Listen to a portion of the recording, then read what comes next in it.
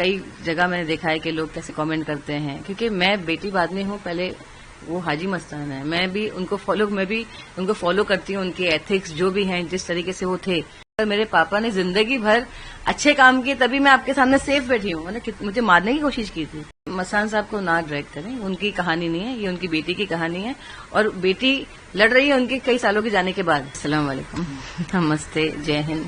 पहली बात तो मुझे बहुत बुरा लगता है जब पापा को इस तरीके से बुलाया जाता है अंडरवर्ल्ड डॉन, कि उस तरीके से हेडलाइन आती है। तो ये मेरे पापा की तो अच्छा, ऑफकोर्स मैं उनकी बेटी हूं तो नाम लिया जाता है, लेकिन कई जगह मैंने देखा है कि लोग कैसे कमेंट करते हैं, क्योंकि मैं बेटी बाद में हूँ, पहले वो हाजी मस्तान है। मैं भी उनको फॉलो करती हूँ, उनके एथिक्स जो भी हैं, जिस तरीके से वो थे। तो मेरे पापा की कहानी नहीं चल रही है, उनकी मैं बेटी हूँ। उसका गुनाह नहीं कि मेरे पापा का उनका इंतकाल होने के बाद सब कुछ हुआ ना मेरे साथ। और लोग कहते हैं कि ऐसा कमाया, वैसा कमाया, ऐसा हो गया, ऐसा। अगर मेरे पापा ने जिंदगी भर अच्छे काम किए, तभी मैं आपके सामने सेफ बैठी हूँ। मुझे मारने की कोशिश की थी। तो बस ये रिक्वेस्ट है लोगों से कि मस्तान साहब को ना ड्रैग करें, उनकी कहानी नहीं है, ये उनकी बेटी की कहानी है, और बेटी लड़ रही है उनके कई सालों के जाने के बाद। उनके 2 साल के बाद तो उनके इंतकाल के बाद शादी हुई, और अब से लड़ रही हूँ, मेरी लड़ाई है। तो ये रिक्वेस्ट है। और हाँ, जैसे आपने कहा कि अमित शाह जी और मोदी जी को मैंने जो रिक्वेस्ट किया है, द थिंग इज लाइक, आप खुद देख रहे हैं, आए दिन गए बच्चे किडनैप हो रहे हैं, रेप हो रहा है, मर्डर हो रहा है, क्या क्या नहीं हो रहा है, दंगे फसाद। तो ऐसा हो गया है कि रोज एक एक नई चीज ही हो रही है। तो जैसे मेरे साथ रेप हुआ, मुझे मर्डर करने की कोशिश की, चाइल्ड मैरिज थी, मेरी प्रॉपर्टी ले ली गई, मेरी आइडेंटिटी छुपाई गई। तो मेरा ये कहना था, सिर्फ मेरे लिए नहीं, मैंने हर कोई जनता के लिए, पूरे देश के लिए कहा है कि लॉ स्ट्रिक्ट होगा तो लोग क्राइम करने से पहले डरेंगे कि भाई इसका ये नतीजा होने वाला है। तो लॉ शुड बी स्ट्रिक्ट। और हाँ, मुझे जैसे मैं सबके लिए बात कर रही हूँ, तो मेरा केस है, तो ऑफकोर्स मैं अपने लिए कहना चाहूंगी। जैसे मैंने कहा कि फोर्सफुली मुझसे शादी की गई उस आदमी ने, जो 8 टाइम मैरिड था। मेरे से पहले 4 बार शादीशुदा था, मेरे बाद उसने 3 शादी और की। मेरे मामा के लड़के हैं, मामा का इंतकाल हो गया तो वो हमारे घर पे ही थे। उसका नाम नासिर हुसैन शेख है। तो मेरी प्रॉपर्टी के लिए इन लोगों ने ऐसा किया कि मेरे स्कूल के एफिडेविट में मेरी आंटी मेरी माँ बनी है, हंसा हुसनारा। और मेरे एक स्टेटमेंट में मेरे मामा मेरा बाप बना हुआ है, पुलिस के स्टेटमेंट में। मैंने कहा ये मेरे माँ बाप जो एक्चुअल शहनशाह बेगम, उनका नाम लोग शाहजहां बोल रहे हैं, उनका नाम शहनशाह बेगम है और सोना। और मेरे अब्बा हाजी मस्तान मिर्जा जी, उनको छोड़ के ये भलते भलते से नाम जो दे रहे हैं। मैंने कहा पुलिस को, जब सर्टिफिकेट ही मुझे कितने सालों के बाद मिला, 2017 में, स्कूल भी दे नहीं रहा था। तो एक कार्यकर्ता है, उन्होंने मुझे हेल्प किया मेरे सर्टिफिकेट के लिए। और तब मैंने देखा मेरे सारे पेपर्स में कि हाँ, मेरी ये माँ बनी हुई है। I was shock to see all this thing, क्योंकि डॉक्यूमेंट सर्टिफिकेट मुझे मिल गया था, लेकिन ये सब एफिडेविट ये सब मेरे पास थे नहीं। आई वाज लाइक, ये सब क्या है स्टोरी। और अभी क्या है कि द थिंग इज, जैसे मैंने कहा, आप पूछ रहे हैं, तो मैं चाहती हूँ कि जो इंसान ने इतना क्राइम किया, एक बच्ची को रेप किया, एक बच्ची को मरने के लिए छोड़ दिया। लोग कहते हैं, पुलिस भी मुझे कहती है, 3 साल आप क्या कर रहे थे। अब अरे आज मैं इतनी बड़ी हो गई हूँ, कोई मेरा साथ नहीं दे रहा। तब तो मैं बच्ची थी, और जब मुझे घर से निकाल दिया था मरने के लिए, तब तो मेरा कोई साथ ही नहीं था। 13 में मैंने जब केस डाला था, मेरी मम्मी को गायब कर दिया, दूरदर्शन में दिखाया गया उनकी फोटो कि सोना जी गायब है। आप यकीन मानिए, उनको मिलने के बाद मुझे ऐसा लगा कि ये जिंदा है कि मर चुकी है। सवाल ये आता है कि इतने दिनों के बाद आपने वीडियो बनाना होता है, घटना कब की है और अभी क्या था? मैं 1996 की घटना है, 94 में इंतकाल हो गया था अब्बा का। तो घटना ये कि उसने प्रॉपर्टी के लिए try to rape me, then उसने फोर्सफुली शादी की मम्मी को, कह करके already we had sexual relationship. The thing is like कि आप उस वक्त देखो, औरतें, आपको पता है, अकेली औरत थी, पूरा खानदान उनके सर पे चढ़ा हुआ है, क्या हो गया, ये क्या हो गया। मैं भाग गई। जब मुझे तो 1996 में 2 साल के बाद पता चला कि मेरे अब्बा का इंतकाल हो गया। जब मैंने कहा मैं बाबा के चले जाऊंगी, तो मैं आंटी साइड ही passed away in very wrong way. I was like, अब तो कोई ऑप्शन ही नहीं है। I ran away to my friends house, she was not there, some family were there. रात को मैं रुकी and second day I was here. Mom cried, I cried, everything happened. After 1 month इन्होंने वापस मम्मी को प्रेशराइज किया। अब मेरे पास तो कोई चारा ही नहीं, मैं करूँ तो करूँ क्या। अब आप सोचिए ना, मम्मी तो नहीं के बराबर थी, वो तो निकल गई थी, निकाह हुआ चली गई, वो थी नहीं घर पे। पर आप सोचो, आप रेप कर रहे हो एक बच्ची को, मम्मी के दिमाग में ये कि ऑलरेडी है एवरीथिंग, लेकिन आप मुझे वो जो चीखें हैं, वो मुझे जो दर्द है, वो मैं कैसे भूलूं। और वो आदमी, और ऐसा नहीं, आप जैसे आपने पूछा इतने साल, मैं 12 साल की उम्र से भाग रही हूँ। I to run away to my friends house and I want her to come and speak कि yes she is not lying, she use to come to me, I to take a back. फिर उसके बाद I went to my ex husband friends house, twice I been, वो भी इतने सालों के बाद। ऐसा नहीं है कि जैसे बड़ी होने तक मैं भाग रही थी कि मुझे मारने की कोशिश कर रहे, मैंने बाल निकाल दिए थे। वो सब दोस्त आके बोलते क्यों नहीं है कि मैं इतने न्यूज चैनल पे चल रहा है मेरा, they have to come and speak. कितने लोगों ने ये कहा कि मस्तान साहब का लिए क्रेडिट के लिए कर रही हो, ये सारे लोगों को पता ही नहीं है, वो मेरी फ्रेंड को ही पता नहीं कि हाजी मस्तान की बेटी है। मैंने तो कभी बोला नहीं, और ये जो भी लोगों के पास मैं रही हूं, नो बडी नो कि हु एम आई, मैंने बोला ही नहीं कभी। अब्बा की इज्जत का सवाल है, ऐसा लोग कहते हैं। अब्बा को लेके मैं कभी सामने नहीं आई। सीक्रेट डॉटर तो न्यूज चैनल ने इस तरीके से बताया कि इतने सालों के बाद में आई, और सीक्रेट डॉटर तो पहले के जमाने के एक्टर्स के होते ही थे। कि मम्मा हीरोइन थी तो वो चाहती नहीं थी कि, क्योंकि वो बहुत यंग थी, मैं पैदा हुई हूं तो शी वांटेड टू, उनका भी एक सपना है मुझे एक्टर बनना है ऑल दिस थिंग। लेकिन इसका नाजायज फायदा तो मेरे घर वालों ने उठाया ना। तो मैं, जैसे मैंने कहा कि मेरे अब्बा को लेके मुझे कोई क्रेडिट नहीं मिलने वाला है, और मैं खामखा हाजी मस्तान साहब की बेटी बनकर मुझे कोई सैल्यूट या कुछ दे नहीं देगा।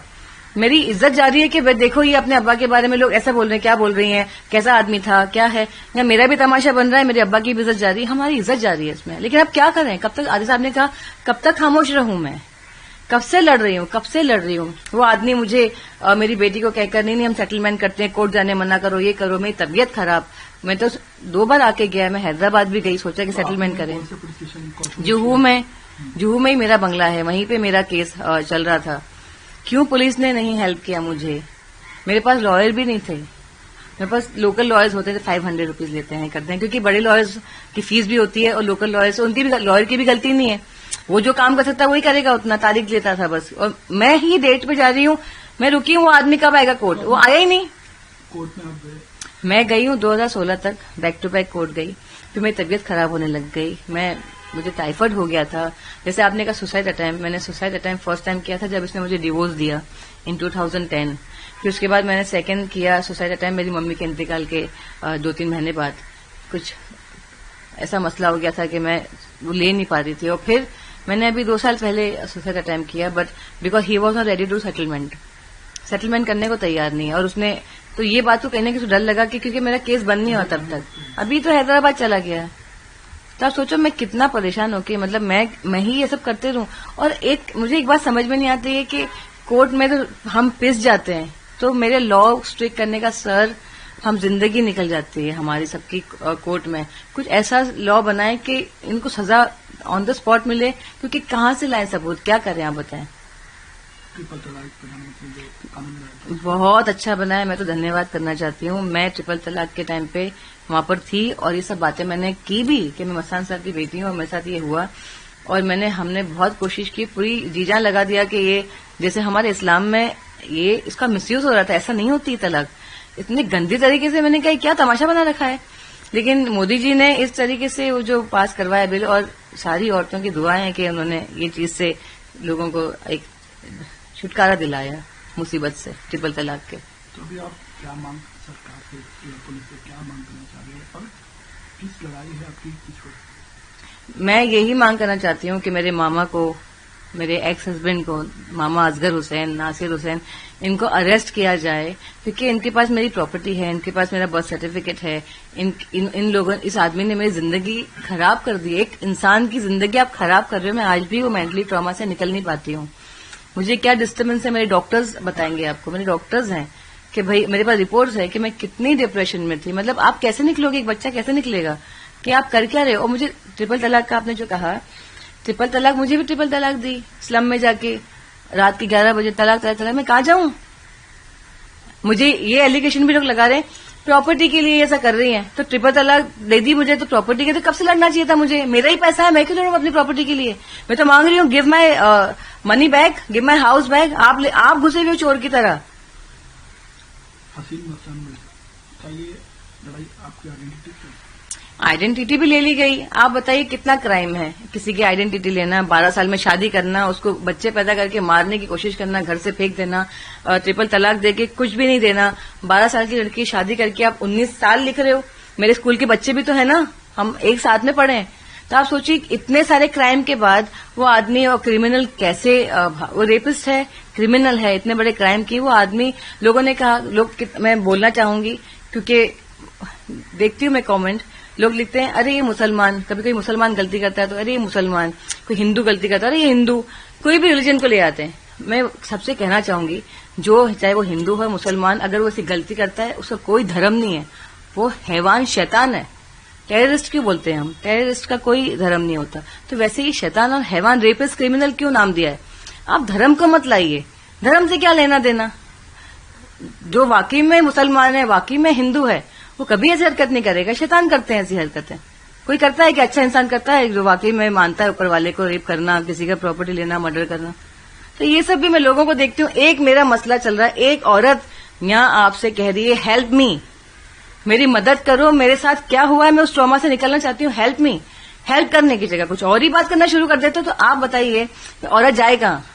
औरत छोड़ी, कोई आदमी भी अगर अपनी आप बीती बताए तो ऐसी कमेंट के बाद लोग सोचते हैं क्या करना है, तमाशे बना रहे हैं आप। तो मैं रोऊं तो कहाँ रोऊं? आप तमाशे पे तमाशा, तमाशे पे तमाशा क्या लगा रखा है? इंसाफ नहीं रह जाएगा एक कोने में, वो न्यूज बन के रह जाएगा जिंदगी भर के लिए। फिर आप बोलेंगे इतने साल आप क्या कर रही थी?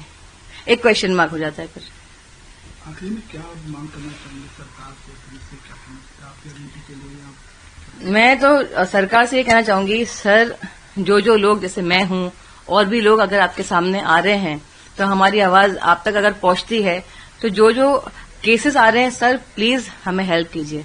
क्योंकि आज के हमारे देश के प्रधानमंत्री श्री नरेंद्र मोदी जी हैं, अमित शाह जी होम मिनिस्टर जी हैं, तो हम किसके पास जाएं? मैं किसके पास मांग लगाऊंगी? जो देश चला रहे हैं उनको ही कहूंगी ना।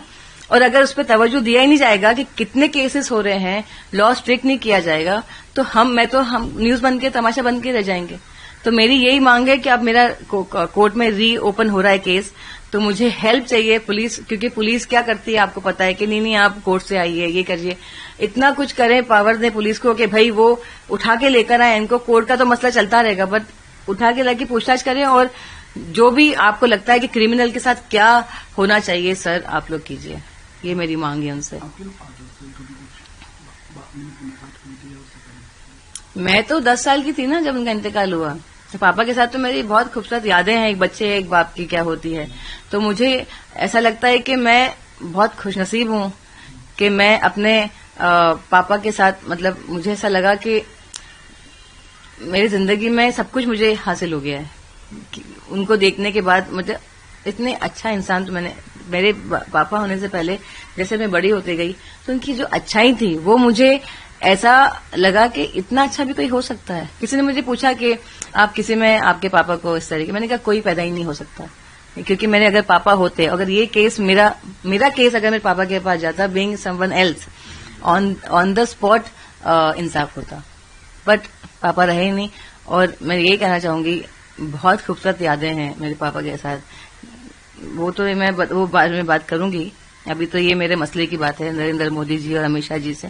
तो पहले ये तो इससे तो निकलूं मैं, वो अलग ही कहानी है मेरी और उनकी बीच की। हाँ, मैं एक और चीज कहना चाहूंगी कि ANI न्यूज चैनल ने मेरे पापा को बहुत साल पहले मैंने देखा था अभी, तो उन्होंने इंटरव्यू किया था और मैंने कमेंट भी लिखा था मुझे करना है इंटरव्यू, क्योंकि मेरे जो हालात थे जो हो रहे हैं अब तो। लेकिन देखिए आप लोग आए और भी चैनल्स आए, लेकिन आप लोग आए।